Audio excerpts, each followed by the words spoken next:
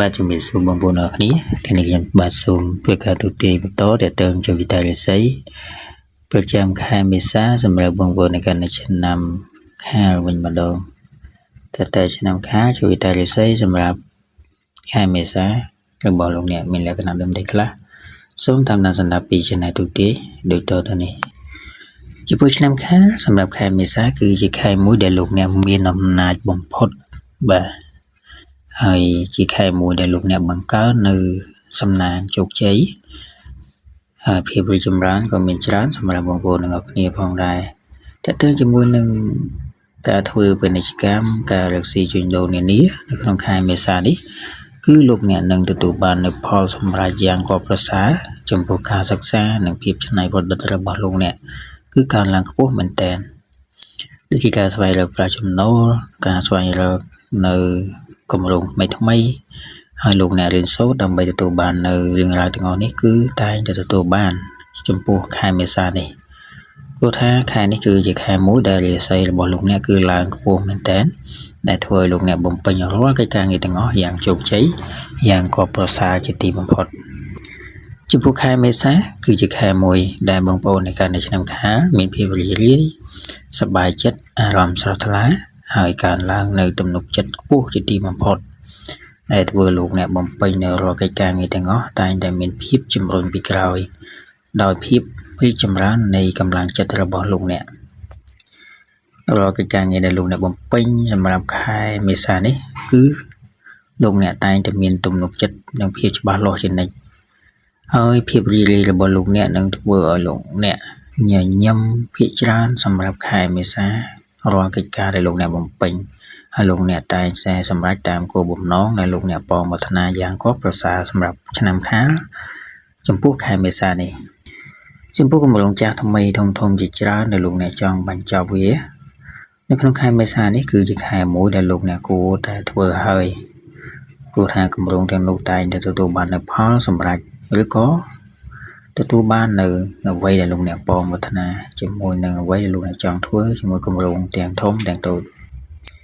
មិនថាគម្រោងដែលលោកអ្នកធ្វើនេះក្នុងខែនេះឬក៏ខែណាទេគឺលោកអ្នកនឹងសម្រេចបាននៅក្នុងខែ4នេះតែម្ដងន័យថាអ្វីដែលលោកអ្នករងចាំនឹងទទួលបានផលក៏ប៉ុន្តែក៏តោងឲ្យលោកអ្នកព្យាយាមឲ្យអស់ផលិតភាពនិងស្វះស្វែងចំពោះអ្វីដែលលោកអ្នកចង់ធ្វើផងដែរបើសិនជាលោកអ្នកប្រងើយកន្តើយនោះលទ្ធផលនឹងមិនបានតាមបំណងប្រាថ្នាទេក៏ទោះបីជាជើងលេខលោកអ្នកខ្ពស់តាក់ទងជាមួយនឹងគម្រោងដែលលោកអ្នកចង់បានក៏ដោយចំពោះទស្សនៈនៃវិស័យហិរញ្ញវត្ថុរបស់លោកអ្នកនៅក្នុងខែមេសានេះក៏លោកអ្នកភ្លឺស្វាងយ៉ាងខ្ពស់ដដែលផងដែរតាក់ទងជាមួយសំណាងនៅរឿងលុយកាក់លោកអ្នកនឹងទទួលបានបើលោកអ្នកព្យាយាមឲ្យអស់ផលិតភាពដោយមិនបោះបង់ហើយដោយមិនប្រមាថនោះសម្រាប់ខែមេសាចំពោះបងប្អូនកើតឆ្នាំខាលឥឡូវនេះយើងក៏លេចទៅមើលតាក់ទងជាមួយនឹងអាជីពការងារវិញម្ដងចំពោះបងប្អូនកើតឆ្នាំខាលតាក់ទងជាមួយនឹងអាជីពការងាររបស់លោកអ្នកគឺបោះជំហានល្អប្រសើរមែនទែនទៅក្នុងសង្គមមួយនេះគឺលោកអ្នកនឹងទទួលបានការចាប់អារម្មណ៍ពីមនុស្សជុំវិញខ្លួនហើយលោកអ្នកនឹងមានអារម្មណ៍ថាទទួលបាននូវភាពងាយស្រួលតាក់ទងជាមួយការបំពេញរាល់កិច្ចការងារទាំងអស់មិនថាលោកអ្នកបំពេញការងារជាមន្ត្រីរាជការបំពេញការងារជាបុគ្គលិកឯកជន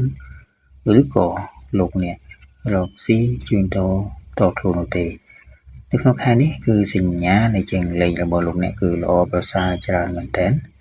តែធ្វើឲ្យសម្លេងសាទរពីមនុស្សជុំវិញខ្លួនកើតឡើងជាច្រើនសម្រាប់លោកអ្នកនៅក្នុងខែមេសានេះតើតើជាមួយនឹងការរកស៊ីមិនថាជួញដូរទីជិតឬក៏ទីឆ្ងាយទេនៅក្នុងខែមេសានេះបងប្អូនในការនៃឆ្នាំខាលនឹងទទួលបាននូវផលសម្រេចយ៉ាងគាប់ប្រសើរដែលធ្វើលោកអ្នកមានភាពសប្បាយចិត្តសម្រាប់បងប្អូនអរគ្នាហើយពិសេសលោកអ្នកនឹងសម្រេចបាននៅអ្វីដែលលោកអ្នកចង់បានយ៉ាងពិតប្រាកដ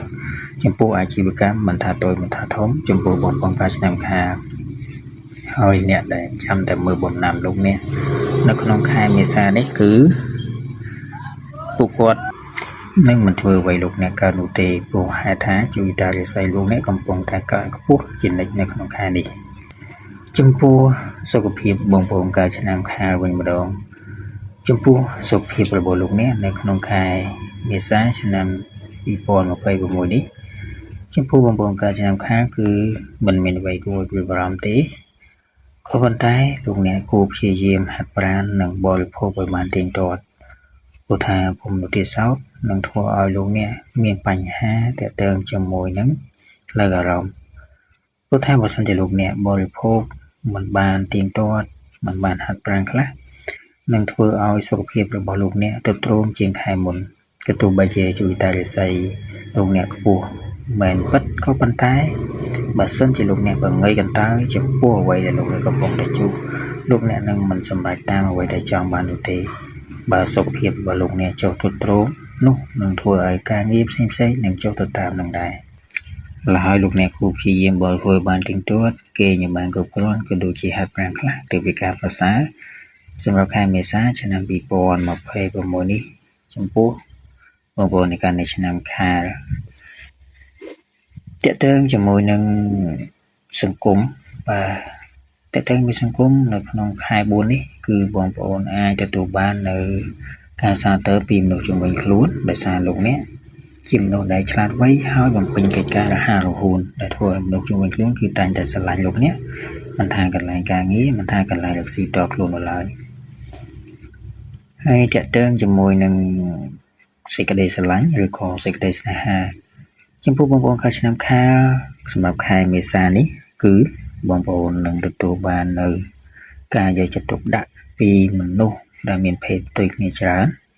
មិនថាបងប្អូនជាមនុស្សប្រុសឬក៏ជាមនុស្សស្រីទេលោកអ្នកនឹងទទួលបាននៃការមើលថែឬក៏យកចិត្តទុកដាក់ពីមនុស្សដែលចាប់អារម្មណ៍លោកអ្នកព្រោះថានៅខែនេះគឺលោកអ្នកមានភាពបច្ចេកទេសមិនថារឿងរ៉ាវស្នេហាមិនថារឿងរ៉ាវនៃការរកស៊ីនោះឡើយគូស្នេហ៍របស់លោកអ្នកគឺមានភាពរីករាយនិងមានភាពសុខដុមរមនាកើតឡើងវិញបើខែមុនមានភាពរកម្មកុសនៅក្នុងខែនេះគឺគូស្នេហ៍របស់លោកអ្នកគឺមានភាពបាទយកចិត្តទុកដាក់ខ្វល់ខ្វាយឬក៏មើលថែលោកអ្នកប្រសើរជាងខែមុនដែលធ្វើលោកអ្នកមានក្តីសុខនៅក្នុងចិត្តតើតើនឹងបងប្អូននៅលាវបាទបងប្អូននៅលាវគឺបើសិនជាបងប្អូនមានបំណងស្វែងរកដៃគូនោះគឺជារយៈពេលមួយដ៏ល្អសម្រាប់បងប្អូននៅគ្នាហើយព្រោះថាជើងលេខគឺល្អភាសាច្រើនថាมันបាននឹងអាចជួបគូនៅរដូវចូលឆ្នាំនេះក៏ថាបានតើតើជាមួយនឹងបាទតើតើជាមួយនឹងជោគជ័យរាសីនៃសេចក្តីស្នេហារបស់លោកអ្នកអារម្មណ៍របស់លោកអ្នករៀងច្បោកច្បល់បន្តិចចំពោះលោកអ្នកនៅលាវក៏ប៉ុន្តែចំពោះលោកអ្នកមានគូគឺមានភាពសុខដុមរមនាជាធម្មតាដូចជាគ្រូជម្រាបជូនចឹងទាក់ទងជាមួយនឹងសិស្សនិស្សិតនៅក្នុងខែមេសានេះគឺជាខែមួយដែលមានភាពល្អប្រសើរទាក់ទងមួយនឹងការសិក្សាការរៀនសូត្រក៏ដូចជាកិច្ចការប្រឡងប្រជែងនានាក៏ប៉ុន្តែក៏តោងលោកអ្នកព្យាយាមឲ្យអស់ផលិតភាពដែរមិនត្រូវប្រមាថទេកុំឃើញរាសីល្អប្រសើរហើយមិនខិតខំប្រឹងនោះនឹងទទួលបានផលទៅតាមអ្វីដែលលោកអ្នកធ្វើនោះដែរអរគុណច្រើនសម្រាប់ពីការទូទាយយោគិតារាសីសម្រាប់មកបង្កើតឆ្នាំខាលសម្រាប់ខែមេសាពី Channel ទូទាយសូមអរគុណសូមជម្រាបលា